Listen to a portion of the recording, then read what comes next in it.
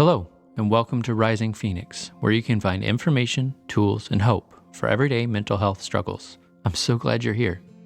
Today, we're going to be talking about EMDR. EMDR has become one of the most effective trauma treatments and is increasingly common and popular with therapists and clients alike. But it can be intimidating or off-putting if you don't know much about it.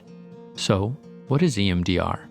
EMDR stands for Eye Movement Desensitization and Reprocessing. It is a form of psychological therapy that targets traumatic experiences and helps your brain heal more effectively from these events. The EMDR Institute describes this in relation to physical injuries. When you get cut, your body naturally works to heal the injury.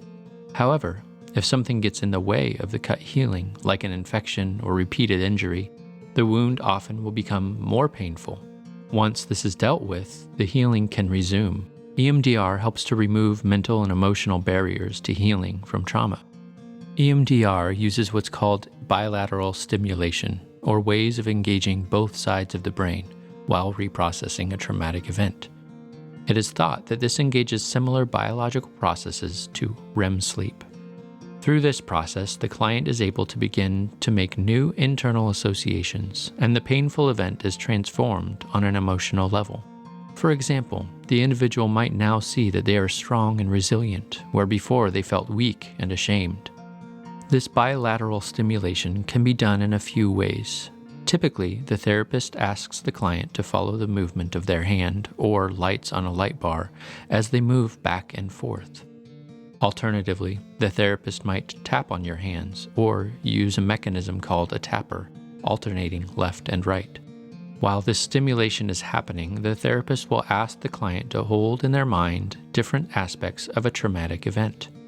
Then the client will be asked to notice any thoughts, images, memories, feelings, or sensations that come up.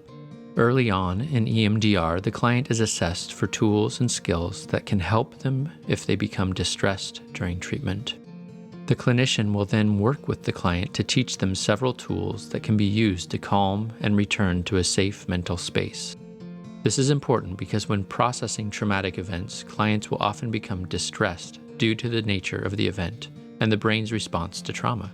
If the client becomes distressed during the session, the therapist will instruct the client to use the tools and techniques they learned to return to a calm state. EMDR can seem like a very strange treatment, especially if you're completely new to therapy. However, you should know that there is a great deal of research available that shows that it is a safe and effective treatment.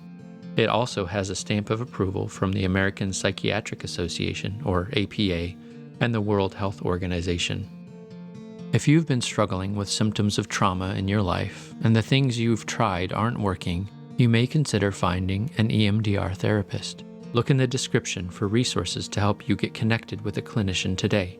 Also, if you're still a bit hesitant, I'll leave some links in the description to help you learn more if you'd like.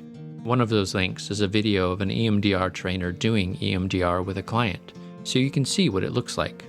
That's the end of the video for today. I hope you've found this helpful. If so, please take a moment to like the video, and if you haven't yet, subscribe to the channel.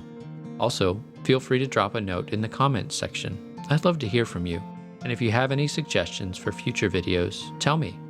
Thanks again for watching, and until next time, take care of yourself, and remember, you're not alone and you are loved. And, as Christopher Robin says, you're braver than you believe, stronger than you seem, and smarter than you think.